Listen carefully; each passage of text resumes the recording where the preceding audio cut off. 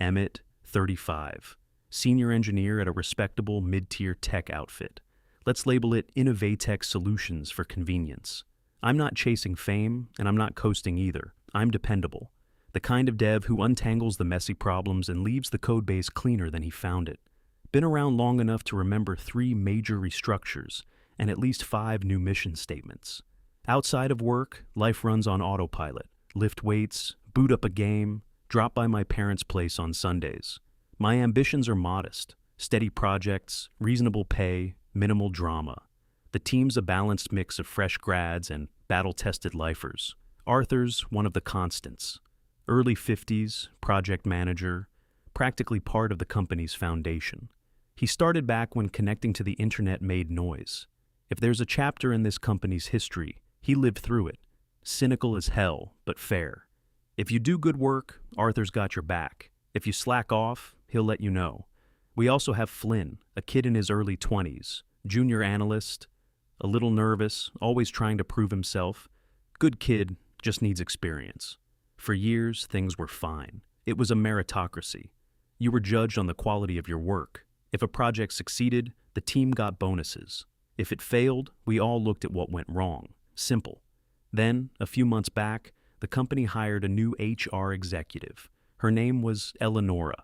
We all got the company-wide email with her picture and bio. Looked like she was fresh out of some expensive school. Mid-30s, maybe. The bio was a word salad of corporate buzzwords. Synergizing human capital, fostering inclusive paradigms, driving equitable outcomes. I didn't think much of it. HR is HR. They live in their own world of acronyms and mandatory fun days. My first real encounter with her was at the next all-hands meeting. She gets up on stage after the CEO gives the boring quarterly numbers. She's got this intense, almost evangelical look in her eyes. Starts talking about her vision for the company, not about profit or innovation or product.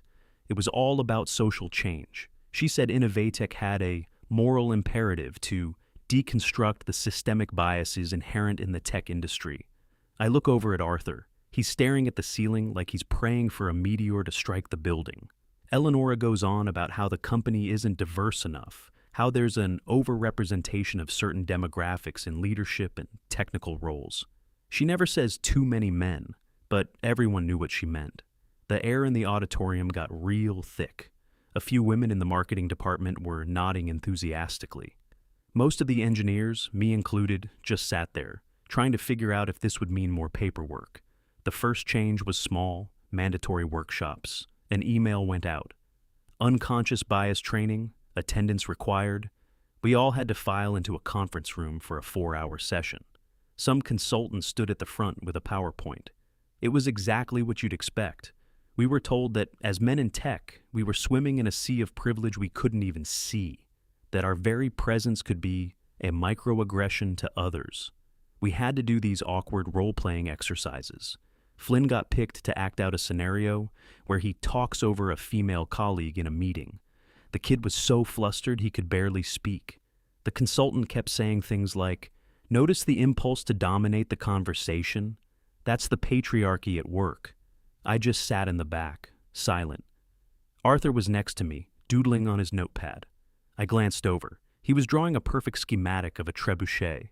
After the workshop, things started to feel different.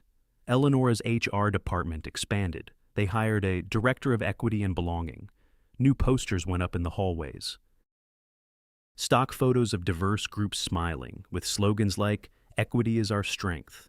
Emails started coming out with reminders about using inclusive language.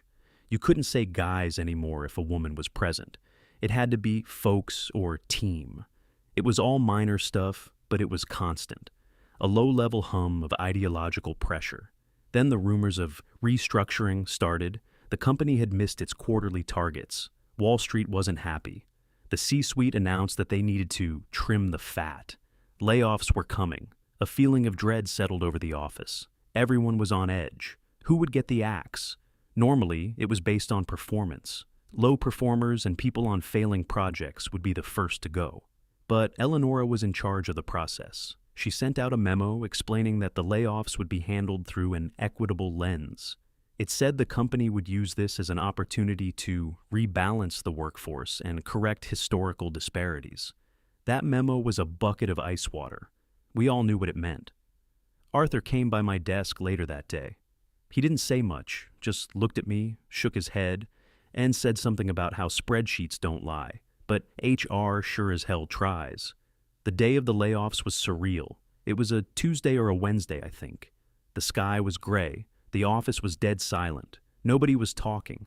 You could just hear the clicking of keyboards. Then the calendar invites started appearing. Meeting with HR, 15-minute slots. The first person to get one on our floor was Flynn. He saw the pop-up on his screen and just froze. His face went completely pale. He looked at me, his eyes wide with panic. I tried to give him a reassuring nod, but what could I say? He walked toward the HR offices like a man walking to the gallows. 15 minutes later, he came back, carrying a cardboard box. One of the HR drones was with him, making sure he didn't take anything he wasn't supposed to. He didn't even look at us. Just packed his desk, his hands shaking. His little collection of Funko Pops, a picture of his dog, his favorite coffee mug. He was out the door in 5 minutes. Gone. A kid who worked 10-hour days, always eager to learn, just erased. An hour later, my calendar pinged. Meeting with HR. My stomach dropped. I'd been at this company for my entire professional life. I'd built entire systems from the ground up. I closed my laptop, stood up, and made the same walk Flynn did. Elanora's office was all glass and minimalist furniture. She was sitting behind a large white desk, a laptop open in front of her. She had this practiced, sympathetic look on her face. She motioned for me to sit down. She started with the usual script. As you know, the company is going through a period of transition. I just tuned it out. I knew where this was going. And your position has been identified as redundant. There it was. I didn't say anything for a moment, just stared at her. Then I found my voice. I asked her why. I told her my performance reviews have been stellar for 9 years straight, that I just closed out a project that saved the company millions, that I was mentoring 3 junior engineers. I wasn't angry. I was just confused. It didn't make any logical sense. She folded her hands on her desk and gave me a little sigh. The look she gave me wasn't one of a boss letting an employee go. It was the look of a teacher explaining a simple concept to a child who just isn't getting it. She told me this wasn't about performance. She said it was about looking at the bigger picture, that my role, and roles like mine, have been historically overrepresented by my demographic, and that for the company to achieve true equity, sacrifices had to be made by those who have benefited from the existing power structures. She literally said that. She said I should see this as an opportunity for me to reflect on my privilege. I couldn't believe what I was hearing. This wasn't a layoff.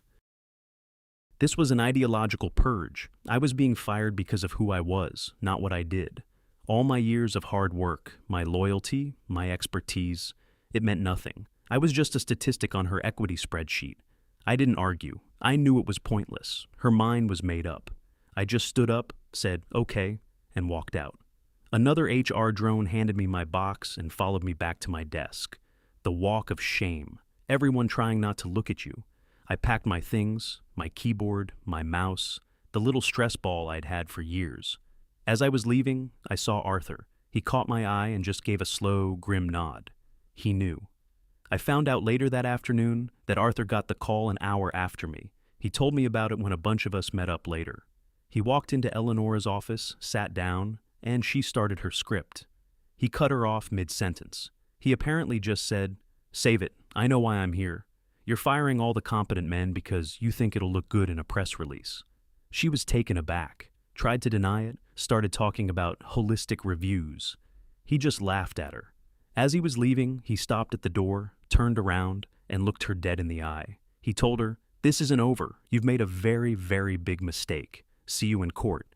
She apparently scoffed and said something about threats born of toxic masculinity. He just smiled and walked away.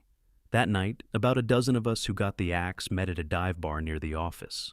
The mood was bleak. Guys were in shock. Some were just staring into their beers. Flynn was in a corner, white-knuckling a glass of water. He looked like he was about to be sick. He told us he just bought a condo, his first home. We started comparing notes. Out of the 30 people laid off in the engineering and project management divisions, 28 were men. The 2 women who were let go were both nearing retirement anyway. Meanwhile, we all knew who was kept on. A female junior developer who had been on a performance improvement plan for 6 months. She stayed. A guy hired through a diversity initiative who spent most of his day on his phone and had contributed nothing to any project. He stayed. The pattern was undeniable. It was a targeted culling. We were all feeling pretty hopeless. What could we do?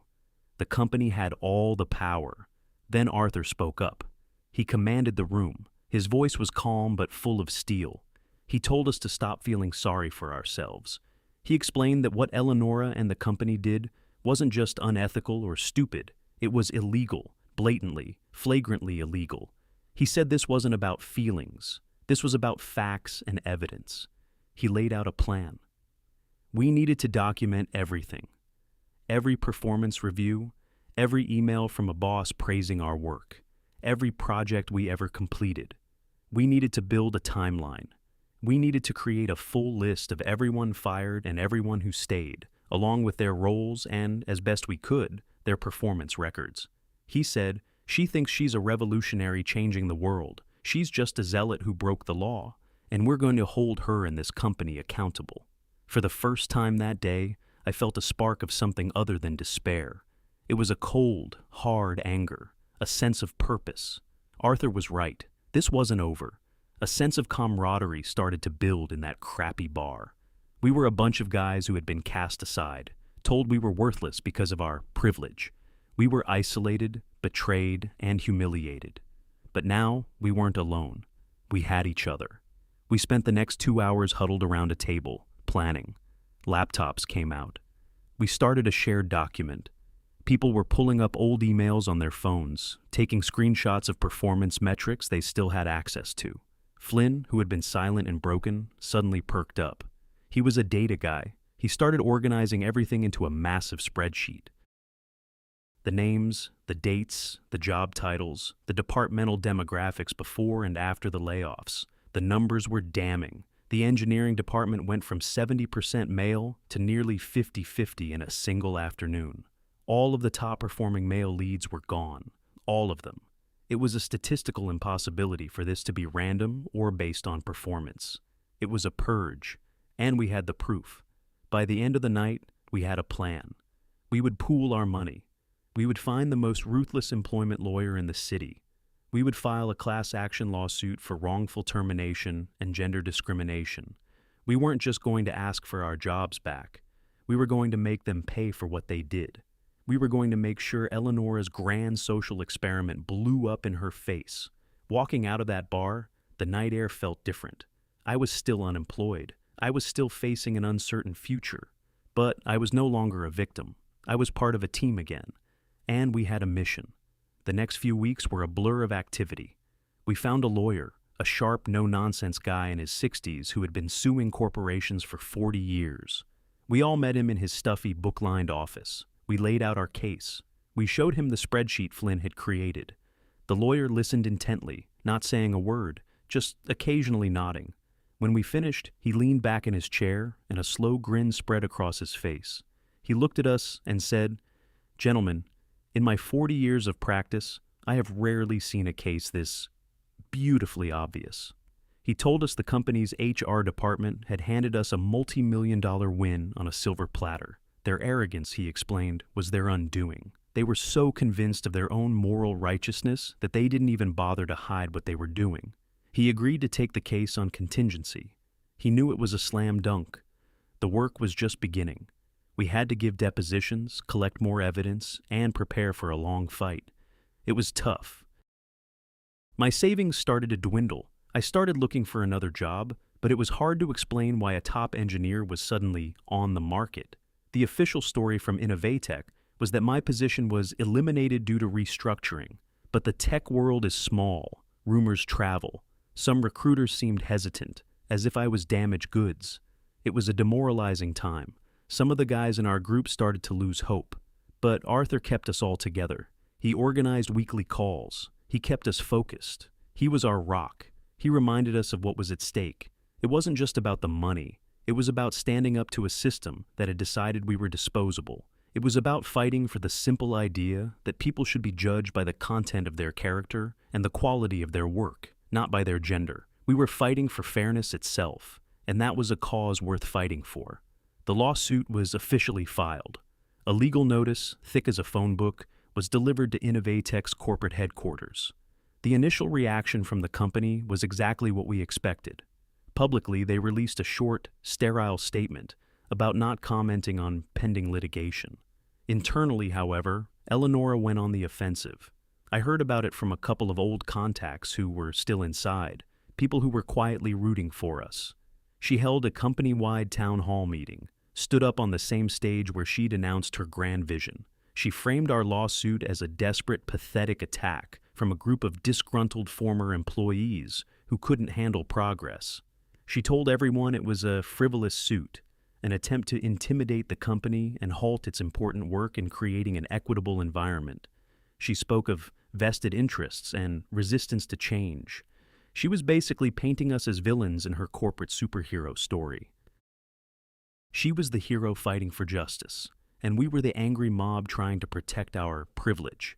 She ended her speech by telling everyone to stay the course and not be distracted by the noise. For a little while, it seemed to work. The people who already believed in her ideology nodded along. The rest were too scared for their own jobs to say anything. Elanora was at the peak of her power. She felt untouchable, morally and professionally. That was her first mistake. Her second was underestimating our lawyer. The legal process lumbered forward. The first major phase was discovery. This is where both sides have to show their cards. We had to turn over our emails, texts, everything. And they had to do the same. Our lawyer was like a shark that smelled blood in the water. He sent Innovatech a discovery request that was hundreds of pages long. He demanded every email Elanora had ever sent or received that mentioned the words layoff, restructuring, diversity, equity, gender, or demographics. He requested all meeting minutes from the leadership team where the layoffs were discussed. He wanted performance reviews, salary data, hiring records for the last 5 years. Most importantly, he demanded the exact methodology and data used to decide who would be fired. The company's lawyers tried to fight it, of course. They claimed it was overly broad, a fishing expedition. But the judge took one look at our initial evidence, Flynn's spreadsheet, and granted almost everything. A few weeks later, the documents started to arrive. It was a digital tidal wave, thousands upon thousands of emails, chat logs, and internal documents. Our lawyer hired a team of paralegals to sift through it all, and he had us help, looking for anything that stood out. It didn't take long to find the smoking gun. In fact, there were dozens of them. Elanora hadn't just been careless, she had been proud. We found the original PowerPoint presentation she had given to the CEO and the board. One slide had a chart titled, "Rebalancing Our Workforce." It literally showed the targeted percentage decrease for male employees in the engineering department. There was an email chain between Elanora and her new Director of Equity and Belonging. In it, they discussed how to frame the layoffs to avoid legal trouble. The Director of Equity warned her that targeting one gender was illegal. Elanora's reply was pure hubris. She wrote, "The law was written to protect the marginalized, not to uphold existing structures of power. We are on the right side of history here. It's a moral imperative." She thought her good intentions made her immune to the law. The absolute goldmine was a spreadsheet file named Equity Restructuring Matrix _final.xlsx. It was her masterpiece. Every employee in the company was on it. There were columns for name, role, salary, and performance score. But there were other columns too: gender, ethnicity, age, and then there was the final column, the one that decided our fate. It was labeled Equity Priority Score. It was a formula. It took your performance score and literally subtracted points based on your privilege. Being male was a negative modifier. Being white or Asian was another negative modifier. Being a woman or a minority was a positive modifier. A high-performing male engineer could have a lower equity priority score than a low-performing female marketing intern. It was all there in black and white. A mathematical formula for discrimination. Flynn, looking at the spreadsheet, just let out a low whistle. He said a first-year data science student would know better than to create something so obviously incriminating. When our lawyer saw that file, he just started laughing, a deep, hearty laugh. He called us into his office and put the spreadsheet up on a big monitor. He pointed at the screen and said, This is the kind of evidence lawyers dream about. She not only committed the crime, she kept a detailed diary explaining how and why she did it. He told us the case was no longer about winning. It was about deciding how many zeros would be on the settlement check. Meanwhile, inside Innovatech, the consequences of the layoffs were starting to hit. The projects Emmett and Arthur had been leading were now rudderless. Deadlines were being missed. Major clients were getting angry. The less experienced people who were kept on couldn't handle the workload. The whole engineering department was in a state of quiet chaos. Productivity plummeted. Morale was in the toilet. The remaining male employees were terrified. They kept their heads down, did the bare minimum, and polished their resumes at night. The company was starting to bleed talent, money, and its reputation. The board of directors, who had initially approved Eleanora's plan in a haze of corporate virtue signaling, were starting to get nervous. Their own lawyers finally got through to them. They presented the same evidence we had, the emails, the spreadsheet. They explained the catastrophic legal exposure. They weren't talking about a small settlement. They were talking about a massive, headline-making verdict that could permanently damage the company. The board's vague, feel-good support for equity evaporated the instant it collided with the cold, hard reality of a 9-figure liability. They called an emergency board meeting. Elanora was summoned. I got the whole story later from a source inside the C-suite. It was brutal. She walked into the boardroom with her usual air of supreme confidence. She probably thought they were going to praise her for her bold leadership. She had a presentation ready on her tablet about the long-term brand benefits of her strategy. She never even got to turn it on. The chairman of the board, a quiet, ruthless old man who had built his fortune in manufacturing, didn't ask her to sit down. He was standing at the head of the table, looking at a stack of papers. He started speaking in a low, flat voice. He didn't talk about diversity or inclusion. He talked about numbers. He started with Arthur. He asked Elanora if she knew who Arthur was. She said, of course, he was a senior project manager. The chairman informed her that Arthur was the only person who had a relationship with their biggest client, a multi-billion-dollar conglomerate, and that client was now threatening to pull their contract because 3 major project deadlines had been missed since Arthur's departure. The potential loss was over $100 million. He then moved on to me, Emmett. He said, "You fired your lead security engineer, the man who designed our entire data protection architecture." He asked her if she had any idea how much it would cost to hire a replacement with my level of expertise, assuming they could even find one. He told her a rival firm had already started trying to poach our top developers, and morale was so low that they were listening. Elanora started to stammer. She tried to pivot back to her talking points. She started talking about the importance of disrupting the status quo and building a workforce for the future. Another board member, the CFO, cut her off. He held up a single piece of paper. It was the projected legal fees and settlement cost for our lawsuit. He said, "Your workforce for the future is going to cost this company an estimated $50 million in legal damages. That's a low-end estimate." He asked her to point to the line item in her budget that accounted for that. She was visibly faltering now. Her confidence was cracking. She made one last, desperate attempt. She fell back on her ultimate defense. She told them the lawsuit was nothing more than the lashing out of toxic masculinity. She said this was the predictable backlash that all true progressives face when they challenge the patriarchy. She basically accused the board of being cowards if they backed down. The chairman of the board just stared at her. His expression didn't change. He let the silence hang in the air for a few long seconds. Then he said, "We are not a social justice organization, Elanora. We are a publicly traded company with a fiduciary duty to our shareholders. You were hired to manage human resources. Instead, you have exposed this company to catastrophic financial and operational risk. You are not a visionary. You are a liability." He paused again, then delivered the final blow. "Your employment at Innovatech is terminated, effective immediately. Pack your personal belongings. Security will escort you from the building."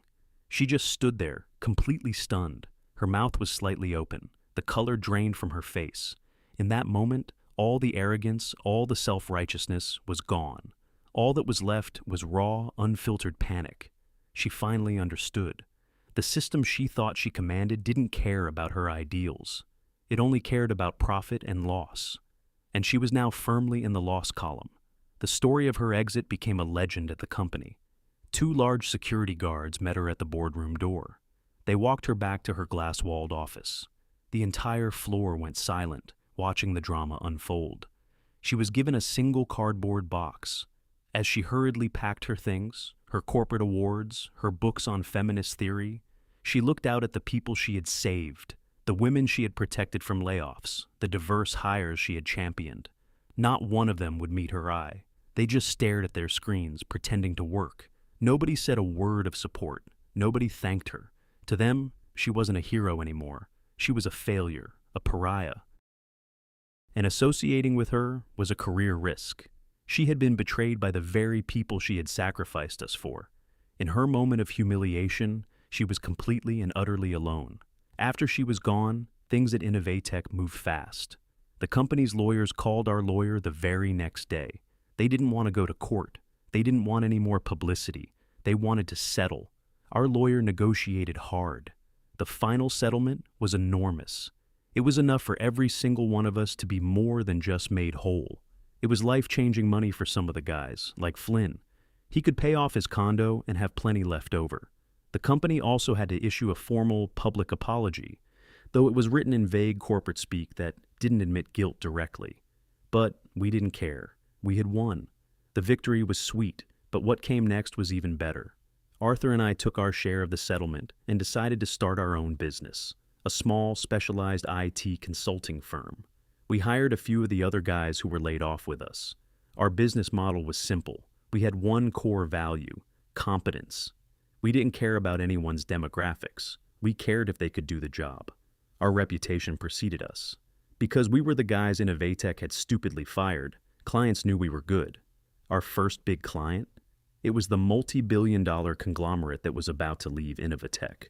Arthur called his old contact there, and they signed with us within a week. We started poaching Innovatech's best talent. The people who were left behind in the wreckage, who were sick of the ideological nonsense. Within a year, our little company was thriving. We were doing the work we loved, with people we respected. We had built our own table instead of begging for a seat at theirs.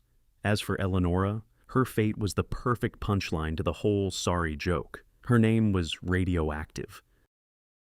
The story of the Innovatech lawsuit and her equity restructuring matrix had spread through the HR and tech communities. No sane company would touch her.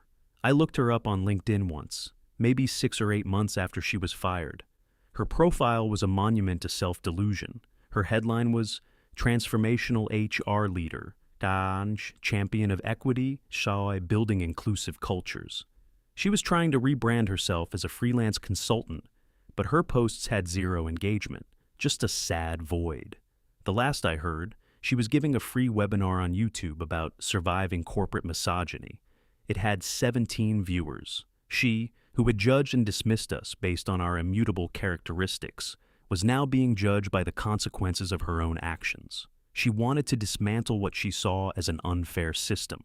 In the end, the only career she dismantled was her own. She had wielded equity as a weapon, and it had backfired spectacularly, leaving her with nothing. And us? We were doing just fine. We learned a hard lesson. In a world that's gone crazy, sometimes the best thing you can do is build your own little corner of sanity, based on merit and mutual respect. It turns out that's a pretty good business model.